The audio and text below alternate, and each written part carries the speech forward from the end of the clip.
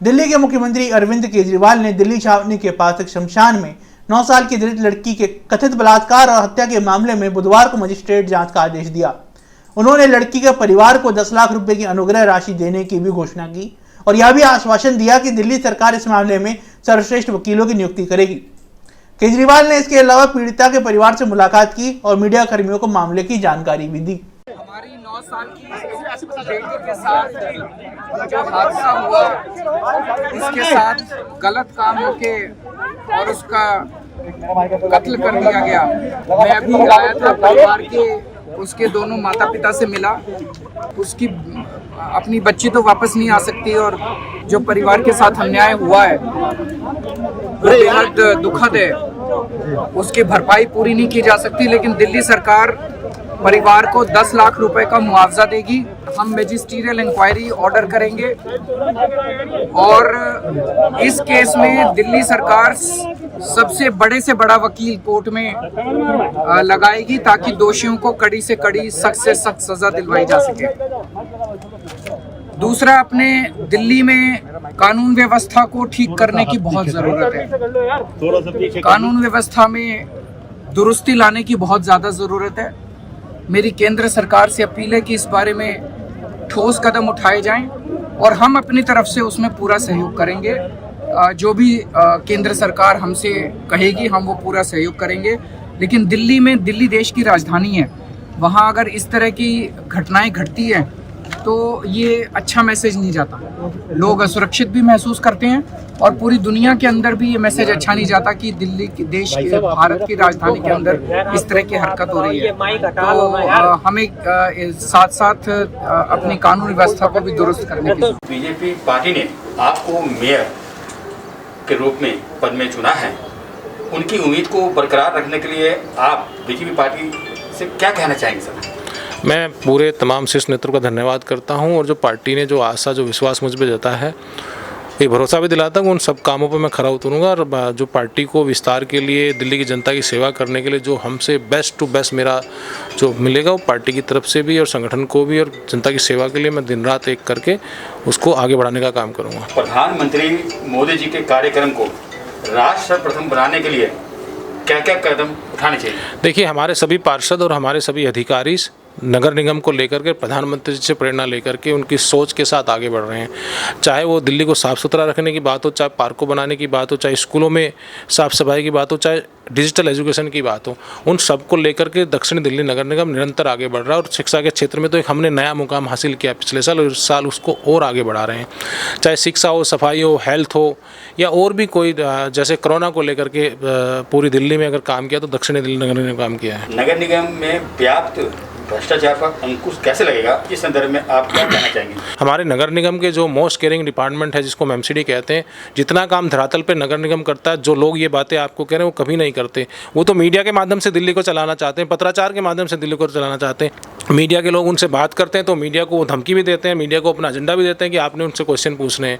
आप out of the way जाके जो उनका ट्रैक है उसके बारे में, उसके अलावा आप उनसे क्वेश्चन नहीं पूछना चाहते। तो मैं कहना चाहता हूँ कि वो अपने कामों की समीक्षा करें, निगम के कामों की समीक्षा करें और अपने यहाँ, उनके यहाँ जो भ्रष्टाचार हो रहा है उसकी समीक्षा करें, उनके रिश्तेदार जो भ्रष्टाचार उनकी समीक्षा करें। कोरोना काल में दक्षिणी दिल्ली नगर निगम को आर्थिक रूप से आत्मनिर्भर बनाने के लिए आपके पास क्या क्या सुविधाएं हैं? देखिए, आज की डेट में जो काम निगम कर रहा है, जो चाहे वो कोई भी दिल्ली को संभालने का काम हो, चाहे वैक्सीनेशन को लेकर के ड्राइव चलाने का काम हो, आज मैक्सिमम वैक्सीनेशन का काम जो दक्षिण दिल्ली नगर निगम कर रहा है, हमारे लोग करें, हमारे अधिकारी करें। प्रधानमंत्री जी ने दवाई दी है, वो तो दवाई दिल्ली सरकार तो अपने राज्य को संभाल भी नहीं पा रही। अगर निगम नहीं होगा तो दिल्ली में दोबारा लॉकडाउन लग गया होता अब तक। दिल्ली के लोग जो हैं, दिल्ली वासी बहुत डरे हुए हैं थर्ड वेव की वजह से, तो उसकी क्या? दिल्ली वासी जो डरे हुए हैं वो थर्ड वेव से नहीं डरे हुए। दिल्ली सरकार, दिल्ली के वासी जो दिल्ली सरकार की नाकामी है, दिल्ली सरकार का जो फेलियर है, जो दिल्ली सरकार ना दवाई दे पा रही, ना पानी दे पा रही, ना बिस्तर दे पा रही, ना सीवरेज को ठीक करवा पा रही, ना प्रिवेंट दे पा रही, तो दिल्ली के लोग इसलिए डरे हुए हैं। तो अगर तीसरी वेव भी आती तो दिल्ली के लोगों को कहीं भी किसी तरह का कोई इस तरह की सुविधा दिल्ली सरकार की तरफ से नहीं है। बट मैं कहना चाहता हूँ आपके चैनल के माध्यम से, घबराने की ज़रूरत नहीं है। भारतीय जनता शासित जब तक नगर निगम के लोग हैं, हम लोग हैं, तो आपको दिल्ली को घबराने की ज़रूरत नहीं है। जी, आप एक मेयर के रूप में इस समय वर्तमान में अभी इस समय हैं, तो इस पद को जो है बरकरार रखते हुए आप अपने अधिकारी और पदाधिकारी को क्या संदेश देना चाहेंगे? देखिए, ये मेरा दायित्व पार्टी ने बढ़ा दिया है और मेरे अधिकारी और मेरे भी पदाधिकारी भी हैं, हमारे साथी भी, निगम पार्षद भी हैं। हम सब लोग एक टीम है, टीम वर्क है, ये परिवार की तरह हम लोग काम कर रहे हैं और एक दूसरे को सहयोग करके दिल्ली को संभालने का काम जो निगम कर रहा है और हमारे पार्षद साथी जो मिलकर हम कर रहे हैं, मैं सबका धन्यवाद करना चाहता हूँ और सबको थैंक यू भी बोलना चाहता हूँ कि इस ऐसे संकट की घड़ी में भी पैसा ना होते, फंड्स का अभाव है और उसके बाद भी हमारे लोग दिन रात एक काम कर रहे हैं, तो मैं उन सबका धन्यवाद करना चाहता हूँ। 22 वर्षों से प्रकाशित मदर इंडिया पत्रिका, पढ़ते रहे देश दुनिया की खबरों के लिए।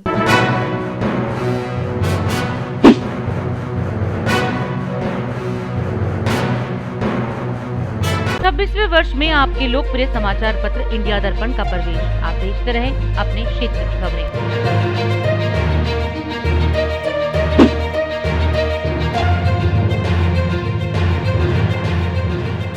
भारत के लिए आज ओलंपिक खेलों में बड़ा दिन रहा। अपने पुराने तेवरों को दिखाते हुए भारत के दो पहलवानों ने सेमीफाइनल में जहां जगह बनाई, वहीं पहलवान रवि दहिया ने फाइनल में पहुंचकर भारत की स्वर्ण की उम्मीदों को बढ़ा दिया। उनके साथ ही पहलवान दीपक पूनिया को सेमीफाइनल में भले ही हार का सामना करना पड़ा हो, लेकिन अब वे कांस्य पदक के लिए मुकाबला करेंगे। पहलवानों के अलावा Asian gold medalist Neeraj Tomar ने भाला फेंक में अपने पहले ही प्रयास में 86.6 मीटर का भाला फेंका, जिससे सभी विपक्षी खिलाड़ियों की बोलती बंद हो गई। बॉक्सिंग में भारत की आखिरी उम्मीद लवलीना बोर्गोहेन ने कांस्य पदक जीतकर देश का नाम रोशन किया। ऐसा करने वाली वह देश की तीसरी बॉक्सर हैं। वहीं भारतीय महिला हॉकी टीम को पहले बढ़त बनाने के बावजूद अर्जेंटीना से हार का सामना करना पड़ा। हॉकी टीम कांस्य के लिए ब्रिटेन की टीम से टक्कर लेगी। महान गायक किशोर कुमार की आज 52वीं जयंती है। इनका असली नाम आभास कुमार गांगुली था और इनका जन्म मध्य प्रदेश के खंडवा में 4 अगस्त 1929 को हुआ था। मशहूर अभिनेता अशोक कुमार के अनुसार कुमार की सफलता का राज यह था कि इनकी आवाज सीधा माइक की सबसे संवेदनशील बिंदु से टकराती थी। इन्हें व्यापक रूप से भारत संगीत के इतिहास में सबसे महान गायकों में से एक माना जाता है। किशोर कुमार ने हिंदी के अलावा बंगाली, मराठी, असमिया, गुजराती, कन्नड़, भोजपुरी, मलयालम और उर्दू समेत कई भारतीय भाषाओं में गाने गाए। उनके नाम 1200 फिल्मों में गाने भी दर्ज हैं। कई भाषाओं में, विशेष रूप से बंगाली में इन्होंने निजी एल्बमों में भी गाने गाए। इन्हें सर्वश्रेष्ठ पुरुष पार्श्व गायक के लिए 8 फिल्म फेयर पुरस्कार मिले, जो कि उस श्रेणी में सबसे अधिक फिल्म फेयर पुरस्कार जीतने का रिकॉर्ड है, जिसे आज तक कभी तोड़ा नहीं जा सका। गायन के अलावा किशोर कुमार ने कई फिल्मों में अभिनय, लेखन, निर्देशन, प्रोडक्शन भी किया। यहाँ तक कि आपातकाल के दौरान संजय गांधी के खिलाफ चुनाव भी लड़ा। इसके परिणाम स्वरूप उनके गीतों को 1 वर्ष के लिए ऑल इंडिया रेडियो पर चलाने पर प्रतिबंध भी लगा दिया गया था। 2012 में किशोर कुमार का अप्रकाशित अंतिम गीत 15 लाख रुपए में नई दिल्ली में बिका। महान गायक किशोर कुमार को उनकी जयंती पर राष्ट्र प्रथम टीम की ओर से श्रद्धांजलि। मनसुख हिरेन हत्याकांड और अंतीला बम केस में चार्जशीट फाइल करने के लिए एनआईए ने मांगे 30 और दिन। सुप्रीम कोर्ट ने मांगा राज्य और केंद्र सरकारों से गन्ना किसानों के बकाये का जवाब। 3 हफ्ते के बाद होगी अगली सुनवाई। एनसीपीसीआर ने लिया दिल्ली बलात्कार कांड का स्वतः संज्ञान। डीसीपी दक्षिण पश्चिम से मांगी 48 घंटे में लिखित रिपोर्ट। अमेरिकी थल सेना के chief of staff general James C McConville ने थल सेना अध्यक्ष जनरल एमएम नरवणे से की मुलाकात। उत्तराखंड में तैयार हुआ भूकंप अलर्ट ऐप। देश का ऐसा करने वाला पहला राज्य बना उत्तराखंड। पिछले 24 घंटे के दौरान देश भर में मिले कुल 42,625 पॉजिटिव मामले, 36,668 मरीज हुए स्वस्थ, जबकि 562 की हुई मृत्यु। चीन में वापस आया कोरोना। वुहान शहर में होगी बहुत बड़ी टेस्टिंग। आज से शुरू होगा भारत इंग्लैंड टेस्ट सीरीज का पहला मैच। वर्ल्ड टेस्ट सीरीज की दूसरी श्रृंखला में गिना जाएगा यह टेस्ट। राष्ट्र प्रथम की बात ललित सुमन के साथ कार्यक्रम में हम आपसे आज यही विदा लेते हैं। राष्ट्र सर्वप्रथम, वंदे मातरम, जाग उठा है भारत। राष्ट्र सर्वप्रथम, राष्ट्र